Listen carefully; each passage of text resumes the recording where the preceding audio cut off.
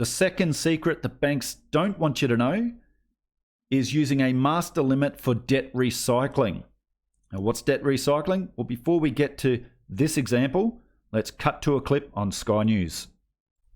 Well, joining us tonight is John Manzamelli from Hunterwood Solutions Mortgage Brokers and Charles Tarby, Chairman and owner of Century 21 Australasia. Well, welcome to the show, guys.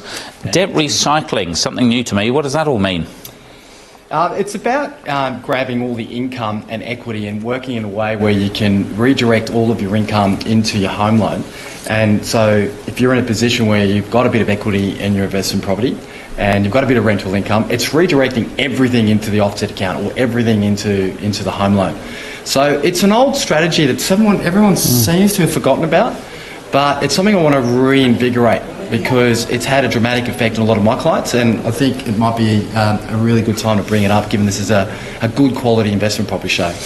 Now, Charles, whenever people think of these various different things, and I'm sure it comes and goes over the times, it's right to get the right advice, isn't it? Because you go off and do something by yourself when it comes to a mortgage, and the tax consequences, if you get it wrong, could be dramatic. Quite dramatic, particularly when some people try to align investment loans in their own home loan, and sometimes they cross the two over and find themselves with a tax issue, a tax problem.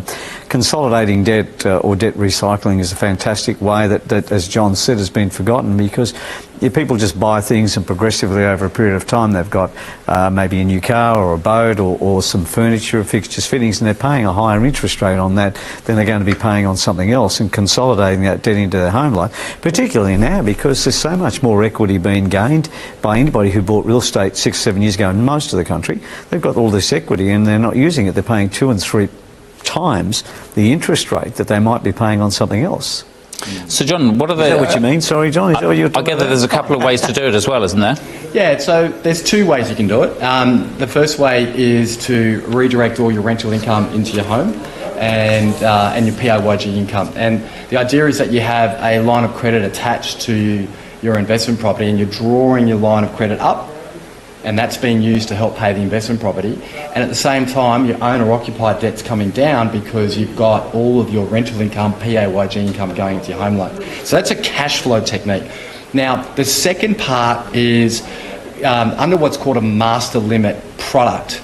We have, say, $2 million and you have a number of home loans, and you can move the debts around so that you can remove the debt off your owner-occupied home loan and then move it onto your investment property debt. And as you correctly mentioned, you want to be careful that you don't claim that debt if you move it off your owner-occupied and put it onto your investment property debt. And I think we've got an image that we can pull up. We've actually got it on the screen there. On the top left-hand corner is your principal place of residence, and you can see your wages going into your home loan. And the bottom left-hand corner is your investment property with the rent. You're putting it all into your home loan. Now, on the right-hand side, on the top right-hand side, you can see that you've set up a line of credit, and you draw that up, and you use that money to help pay the investment home loan. So your owner-occupied debt's going down, and your line of credit or some sort of credit facility is going up in value, in debt, sorry. So there's quite a tremendous opportunity there to improve the cash flow. Improve the cash flow between all the various rents and equities that you've got there. So that's called debt recycling. Debt recycling in action. Debt recycling is the process of replacing mortgage debt or bad debt with investment debt, which is known as good debt. This is how debt recycling worked for one couple. Mark and Jane have built up considerable equity in their home, and upon advice from their financial planner, decided to make the equity work harder for them. The couple currently owes $240,000 on their home, which is valued at $400,000. Their licensed planner recommends Mark and Jane implement a debt recycling strategy, refinancing their current loan to give them a $300,000 loan limit. This releases $60,000 of available equity for investment. Mark and Jane's planner recommends they invest their $60,000 equity into a portfolio of managed investments specifically chosen for income potential. After 1 year, their portfolio has grown in value to $65,000 and yielded an income of $4,000, which is used to pay the interest on the investment loan. Any surplus is used to reduce their mortgage further. After regular loan repayments, their mortgage balance is $230,000 after the first year. The couple then draw the extra $10,000 in equity to make an additional contribution to their investment portfolio. This process is repeated each year until their mortgage is extinguished. So using this example, let's say you've got a property that's worth $1 million. Well, you can get a master limit of $800,000 or 80% of the value of the property. Now, let's say you've got a $500,000 home loan that you owe with XYZ Bank. Now, you refinance that home loan, but you've got a master limit of $800,000. So that gives you an extra $300,000 to use. Now, we set this up in a separate split, usually held in a line of credit, which you can see here. So you have, all of a sudden, you've got a master limit set up now. You've got your home loan or non-deductible debt or bad debt, and you have your deductible line of credit. So this is your investment debt. So we're going to use this $300,000 to invest. Now, you can invest it in whatever you and your financial planner, financial advisor come up with that suits your needs. So in year 2, what you do is you have all the either dividend income, your PAYG income, or rental income, whatever, and it goes into the non-deductible home loan. And so as that goes down, you then increase the deductible line of credit because you've still got that master limit at $800,000. So everything's going into the non-deductible home loan, but then you can draw out from the line of credit to buy more investments. Same thing again, the next year. All that extra investment income goes into the non-deductible home loan. So the non-deductible home loan is going down each and every year. And at the same time, you're increasing that deductible line of credit to use for investment purposes. And the great thing is with the master limit is that you've got that limit for $800,000. There's no need for a credit approval each year. You can change the loan structure to meet your needs at no cost.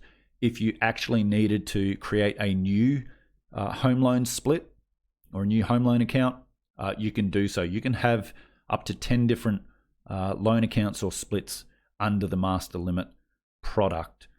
But for this example, we just got the two, the non-deductible home loan and the deductible line of credit. So that's the investment and the non-investment debt. Year 4, so now you can see that you're really starting to pay down that home loan, that non-deductible home loan, and at the same time increasing that line of credit. So you're investing more. So you're paying off your home loan while using that master limit to buy more investments and to grow your portfolio.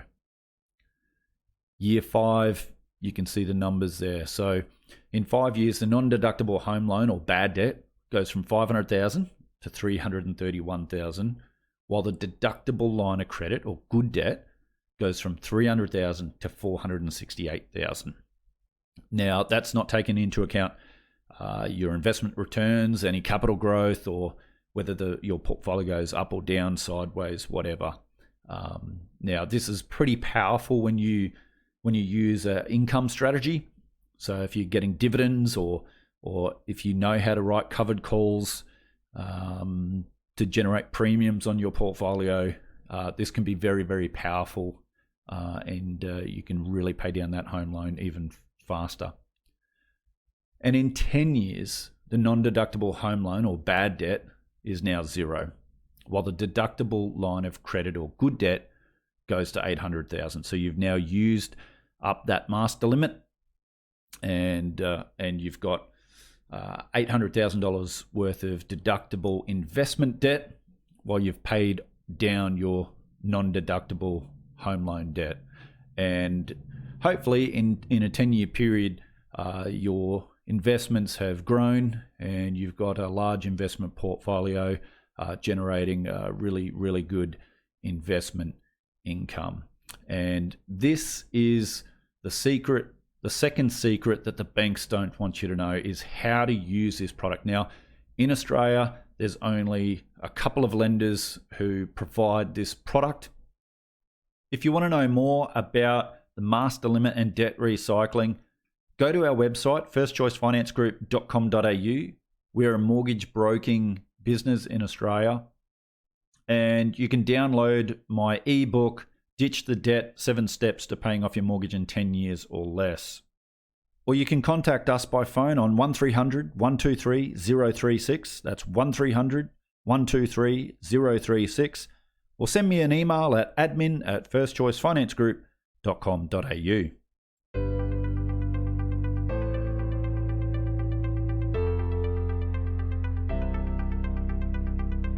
We're in a debt of a 30-year home loan. We had a couple of car loans, a boat loan. We just felt like we were getting nowhere. We just wanted to create a financial road plan that was tailored to suit us individually.